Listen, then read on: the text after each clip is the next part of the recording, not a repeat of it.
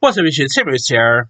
Well, the films that the lineup for the Cannes Film Festival has been announced. The films that are set to have its world premiere at the Cannes Film Festival coming which will of course be from May 13th to the 24th.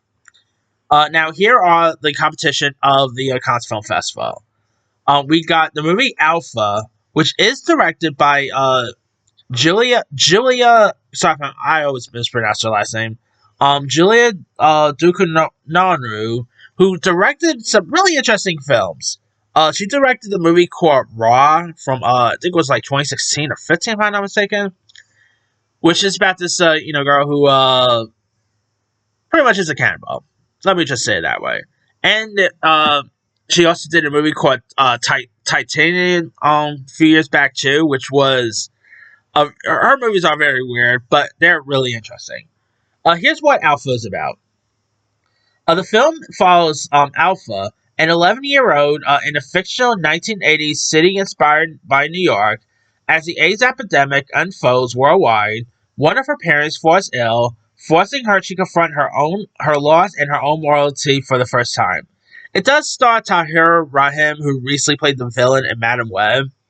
And it also stars Golshifteh Farhani. So it got some interesting cast members. I really look forward to that one. Alright.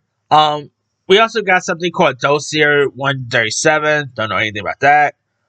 Eagles of the Republic. Not sure anything about that. We got Ari Aster's new movie called Eddington. Which the plot pretty much follows a small town New Mexico sheriff with higher aspirations. It stars Joaquin Phoenix, Pedro Pascal, Emma Stone, Austin Butler, DJ O'Connor, and many others. Now, this is directed by Ari Aster, who did give us movies like Hereditary, Midsommar. His last movie, though, was Beau is Afraid, which I think is probably his worst film. Hopefully this is better, but we'll see. It's not even supposed to be a horror. It's supposed to be more like a, modern western. So sign me up with this one. Hopefully it could be good. All right. We also got something called Ferrari, which is a film about which is based on like some a novel here. I don't know anything about this, to be honest. Yeah, that doesn't really give you. Some of these don't really give you much plot details. We got the film called History of Sound, which stars Josh O'Connor and Paul Mescal, based on a short story of the same name. It's about the relationship about two men, played by O'Connor and Mescal, who meet in 1916 and travel together in the summer of 1919 to record a folk songs for their countrymen in New England. This sounds like it'd be really interesting. Of course, I do like Josh O'Connor. Paul Mescal's really good. So I'm all for this. Hopefully, that could be a good one. Alright, we also got The Mastermind, directed by Kelly Reinhardt, who gave us movies such as First Cow, Certain Woman, Wendy and Lucy, Meek's Cutoff, and many others. Now, here's what... now, The Mastermind is supposed to take place during, like, the Vietnam War. It's supposed to be like a heist film, which also is supposed to have Josh O'Connor. So cool year for Josh O'Connor, by the way. Josh O'Connor came on and sang last year with Challengers. He's having one heck of a year this year. Between this, History of Sound. I think he's also in the new Knives Out movie, if I'm not mistaken. I mean, this guy came out of nowhere. Let me post some of his credits. He's mostly done like God's Own Country, Peaky Blinders, but yeah, this dude just came out of nowhere and is blowing up really well. So, I mean, the dude also was in a new Spielberg film, obviously Challengers. Talk about a cool year for this dude, So, I don't know, this sounds like it'd be cool. I mean, you also got Alana Haim from Licorice Pizza. So, sign me up with this one. Hopefully it could be good. Alright. We also got something called we got something called a Nouvelle Vogue, which is a new Richard Linklater film, which is supposed to have Zoe Deutsch as Jane Seberg. It's supposed to be about Jean-Luc Goddard, who's a famed French director. So I don't know much about that, but it is directed by Richard Linklater, who I love Richard Linklater's work. You know, whether you talk about the Before trilogies, most recent he did Hitman last year, Boyhood, everything. Like he barely does a movie I dislike. You know, I think the only thing he ever did that I was not a fan of was that was this boys film he did with I forgot the name of it with Ethan Hawke and all History of something I forgot the name of it. Uh, but yeah, he's barely done terrible films in my opinion. So anything he does, sign me up here.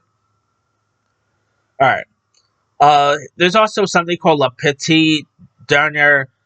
The Cannes Film Festival is obviously for the French. So by the way, I'm pretty much half French, so I should know some of these words. But anyway, we also got the Ponzi Scheme, which is directed by Wes Anderson, which the trailer for that just got released this weekend. I didn't really care for it.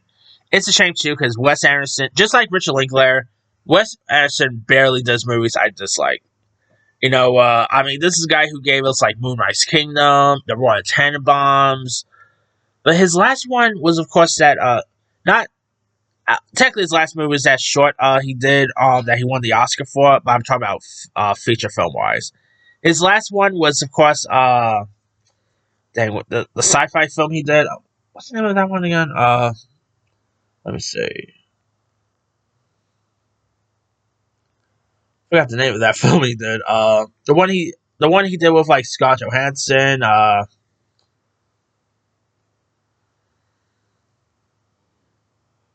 Oh yeah, Asteroid City. Why did I freeze up on the name? That's how forgettable it is. Uh, that was actually the first time I truly disliked one of his films. Although the Darjeeling Limited is maybe one of his weakest, but even that wasn't so bad. I am hoping this one's a good one, but the trailer, I hate to say it, didn't do anything for me. It's a shame too because I love Wes Anderson. Like his movies are so weird sometimes, but you can't help but just appreciate his stuff. All right. We also got something called Renor, which I never heard of. Something called Remoria, or something called The Secret Agent. Sentimental Value, which is the new walking terror film. Of course, he directed The Worst Person in the World, so that could be interesting to see. We got something called A Simple Accident, which I never heard of. Sirat, which I also never heard of. Sound of Falling, Two Prosecutors. The Young Mother's Home. We also got Aisha Can't Fly Away. A Pale View Hills. Now, this one I'm actually intrigued by. We got Eleanor the Great, which is directed by Scarlett Johansson, starring June Squibb, which, how on earth did she not get an Oscar nomination for Delma? That, all the respect to Emil Perez, I would have replaced Carla Sofia Gascon with June. If they were to, like, with the whole Emil Perez controversy with her, if they were to, eliminate her nomination and replace it with someone, if I was the Academy jury, I would have replaced her with June Squibb for Delma. If you guys have not watched Delma, do yourself a favor, go watch that. June Squibb she's in her 90s, like 91 at 92, I think. The woman's still going strong. And here, you also got Chiwetel Ejiofor, Aaron Kellerman. Now, here's what the film is about. A 90-year-old Florida woman strikes up an unlikely friendship with a 19-year-old student in New York City. And the trailer for this, not trailer, they haven't dropped the trailer for it, but they actually did drop like a little photo of it, which is like June Squibb standing in front of the cyclone in Coney Island. Not cyclone. The roller coaster in Coney Island, which I've actually been by that by a couple of times.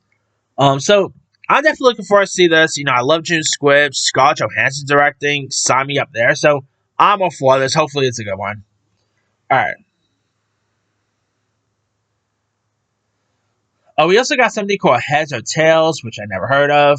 Homebound, which I also never heard of. We got some French film here, which I'm not even going to pronounce at all, because, I cannot pronounce that thing. Caravan, the last one for the road. Meters. We got something called My Father's Shadow, which I also never really heard of. Yeah, majority of these films I never really heard. I'm just being true the ones I never heard of here. Once Upon a Time in Gaza, which I'm not definitely not going to be talking about. The Mysterious Gaze of the Flamingos. Pillion, which stars Alexander Skarsgård from A24, where a biker takes a timid man on as his submissive. Okay, you got Skarsgård, Harry Melling, so it's A24. That piques my interest. It could probably be this year's Queer. I'm definitely getting a little bit of like a Queer vibe there, but we'll see. All right, what else we got here? We got something called The Plunge, which I never heard of. Promised Sky, which I also never heard of. Urchin, which is actually the directorial debut by Harris Dickinson, who of course was in the Iron Claw. He's supposed to be playing John Lennon in the upcoming Beatles biopic, or biopics, I should say.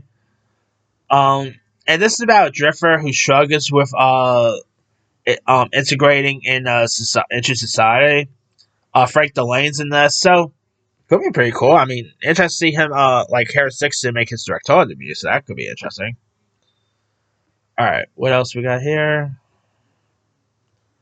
We also got something called Bye Bye, The Coming of the Future, The Richest Woman in the World, Mission Impossible: Final Reckoning. They usually do premiere like big blockbuster type films at the cons, and looks like Final Reckoning is one of them. Which I think this actually comes out like a week a week after. Yeah, I think the cons is like a week before Final Reckoning, so makes sense there. All right, we also got Viv, Privy, directed by Rebecca Slowis, starring Jodie Foster. Uh, I don't really know anything about that, so it has Jodie Foster in it, so I probably watched it because of her alone. Who doesn't love Jodie Foster, right? We got Highest to Lowest, which is the new Spike Lee film, which is based on the Hikara Kurosawa's 1963 film. This, of course, stars Denzel Washington, Jeffrey Wright, Ice Spice. I kid you not, Ice Spice is in this. ASAP Rocky. Okay, sounds intriguing there. A24, Spike Lee, Denzel Washington. Sign me up right there. If you tell me that Denzel Washington and Spike Lee are doing a film together, I don't care what the movie is about. I'm there. I'm saying it. Like Denzel and Spike Lee, when these two make a movie together, they make magic. From Malcolm X to obviously He Got Game. Who doesn't love this collaboration, right? Okay, what else we got here?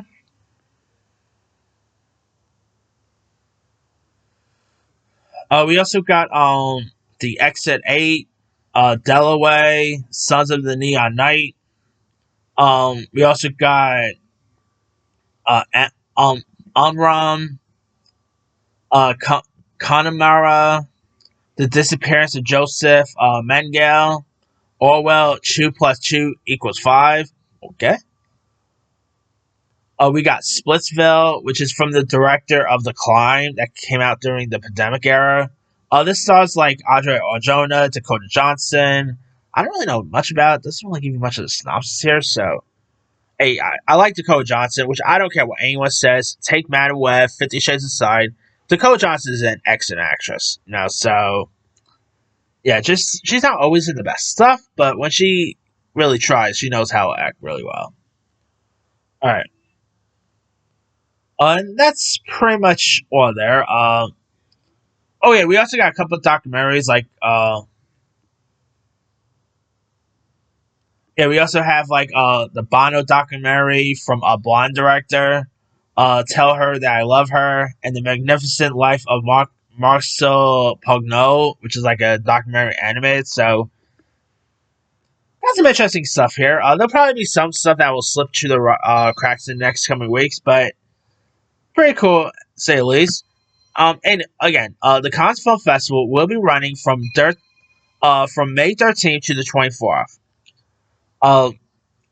Let me let you guys. What are your thoughts on some of these films premiering at the cons? Which one are you more interested in? What are your thoughts on the Cannes Film Festival lineup? Drop comments below. Don't forget to like, subscribe, hit that bell for notification. This is Tim Siren.